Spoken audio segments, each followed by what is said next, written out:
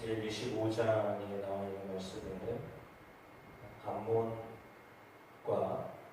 모압의 심판에 대한 말씀이 나와 있습니다.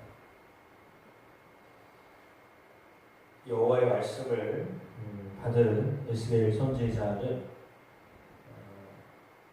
25장 1절 말씀부터 7절에 나와 있는 말씀을 통하여서 암몬을 향하여서 심판하는 예언의 말씀을 받게 됩니다.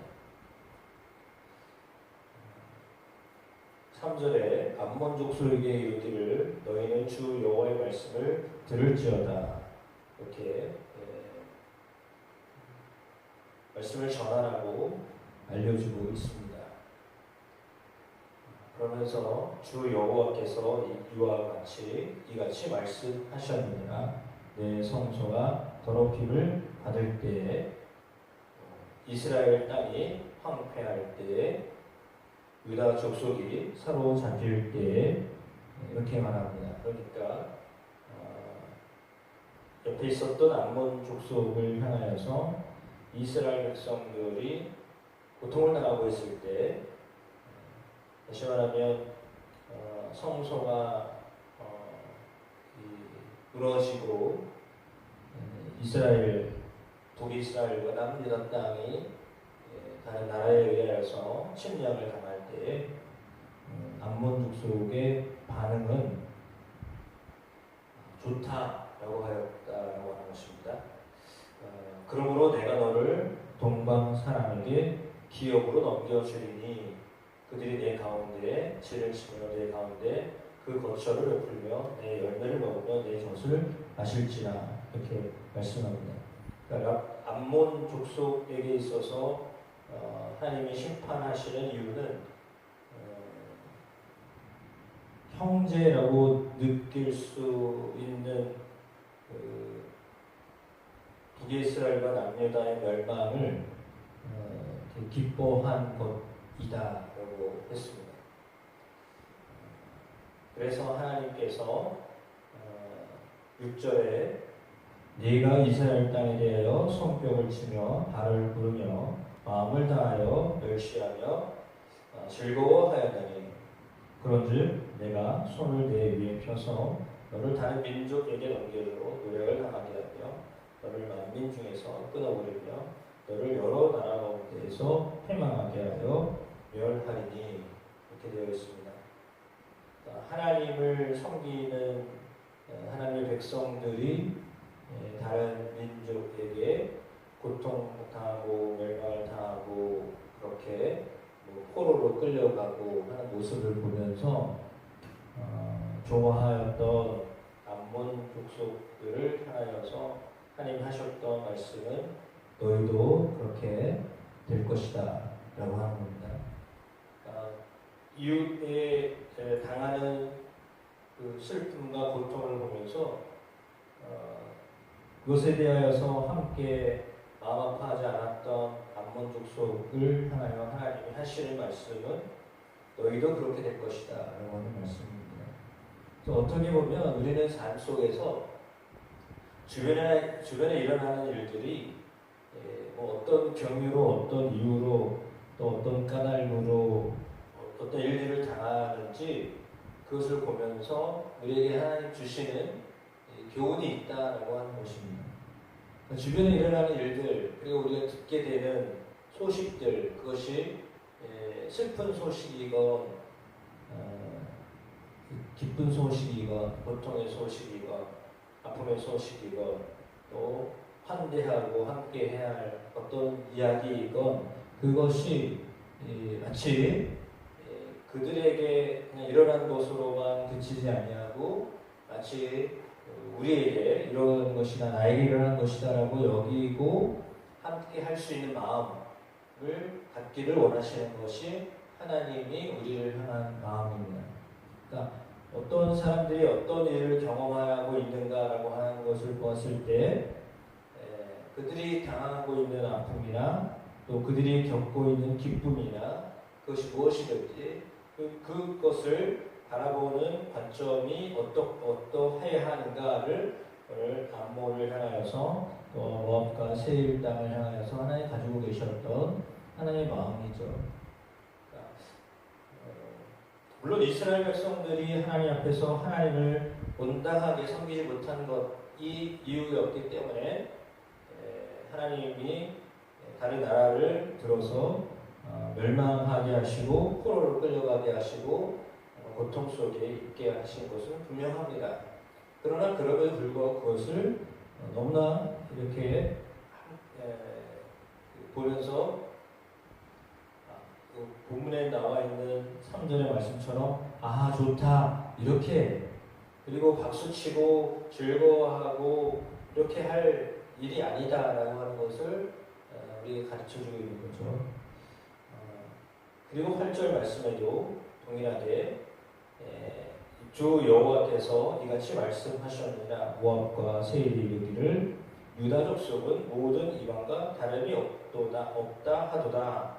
그러므로 내가 모압의 한편 곧 나라 국경에 있는 영화로운 성읍들 베냐시못과 바알몬과 기랴나임을 열고 암몬 족속과 더불어 동방 사람에게 넘겨주어 기업을 삼게 할 것이라. 암몬 족속이 다시는 이방 가운데서 기업되지 않게 하려니와 내가 모압에 벌을 내리니 내가 주 여호와인 줄을 너희가 알리라라고 했습니다. 하나님이 주 여호와께서 어떤 분인가를 알게 하겠다라고 하셨던 말씀이 이제 에스라에게 주어졌던 하나님의 말씀인데 이방 민족에게도 하나님이 어떤 분이신가라고 하는 것을 알게 하겠다라고 했습니다. 근데 이것은 하나님을 알고 있었던 백성들이 당하고 있는 고통에 대하여서 말씀하셨던 것인데 그것을 알지 못하는 또 그것을 보고 비방하고 비판하고 또 함께 그냥 어떻게 보면 즐거워했던 그런 민족들을 향하여 하나님 가지고 계신 하나님의 마음은 너희도 이와 같이 될 것이다 라고 하는 말씀입니다. 그래서 오늘 본문의 말씀이 사실 슬픈 이야기입니다. 고통스러운 이야기입니다. 그때 그 슬픔과 고통을 어떻게 우리가 해석하고 또 받아들여야 될 것인가 라고 하는 겁니다. 그래서 우리는 우리 주변에 일어나는 일들과 또 때로는 우리에게 주어져 있는 일에 대하여서 하나님이 어떤 마음을 가지고 계신가 라고 하는 것을 생각해 보면 특별히 이스라엘 백성들을 향해서 가지고 계셨던 그 마음은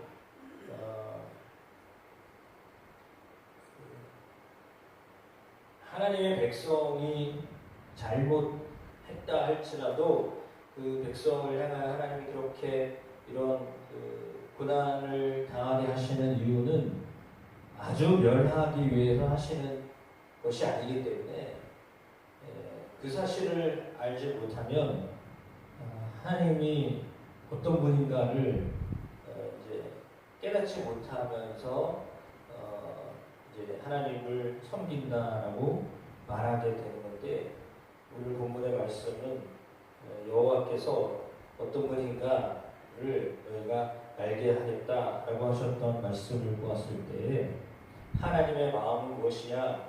그렇다면 하나님은 하나님이 어떤 분인가를 우리가 제대로 알기를 원하시는 분이시다라고 하는 거죠.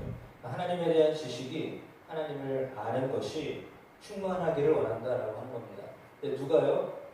이스라엘 백성뿐만 아니라 주변에 있는 이방 민족까지라도 하나님이 어떤 분인가를 알기를 원하신다라고 하는 것이 하나님의 소원이에요. 하나님의 마음이죠.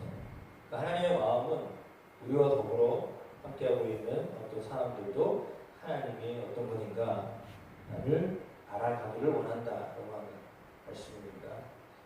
따라서 물론 오늘 본문의 말씀은 심판에 대한 말씀이기 때문에 심판하시는 하나님이시다라고 하는 것을 알게 하기 위함이다라고도 할 수 있지만 심판할 수밖에 없는 상황이었기 때문에 심판하시는 하나님이시지 반대로 말하면 하나님은 복을 주시는 하나님이시다라고 하는 것으로 또 해석하게 되면 하나님은 어떤 사람, 어떤 민족도 하나님이 복을 주기를 원하시는 하나님이시지 결코 심판을 내리시기를 원하시는 하나님이 아니시다라고 하는 것을 우리가 깨달아야 합니다.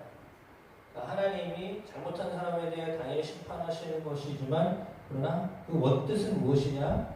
하나님의 원뜻, 본래 뜻이 무엇이냐라는 것을 잊지 않아야 합니다. 그걸 기억해야 돼요. 당연히 잘못하면 심판받고 벌받는 것 맞지만 그러나 그것이 목적이 아니다라는 것을 알아야 됩니다. 근데 그렇지 아니하고 그냥 당연시 그것을 목적으로 삼고 살아가면 그거는 하나님을 제대로 알지 못하는 거죠. 그러니까 하나님이 어떤 분인가를 우리가 알아야 되는데 당연히 물론 말씀처럼 심판하시는 하나님 그러나 일부러 고통을 주려고 심판하시는 하나님이 아니라 죄에 대하여 묻고 그렇게 하시는 하나님이시기 때문에 오히려 그들에게는 죄에 대하여 깨닫게 하시기 위하여 그러면 죄를 짓고 온전하지 못하면 하나님의 백성이라도 심판을 받을 수밖에 없다라고 하는 것을 교훈 삼아 알게 하셨던 것이잖아요.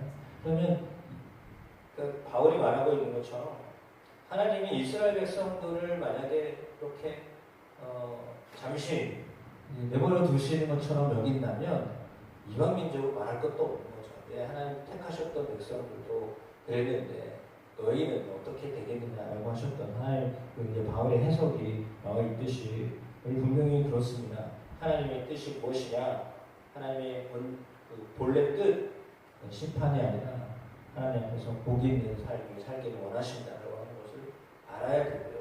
그럼에도 불구하고 하나님 앞에서 온전하지 살지 못하면 심판을 받을 수밖에 없다라고 하는 것을 알고 살아라라고 하는 것이죠. 그래서 심판을 받지 않기를 원하시는 하나님의 마음을 알아야 합니다. 이 말씀이 또 저와 여러분 삶 가운데 잘 적용되어지시기를 주의 이름으로 축복합니다.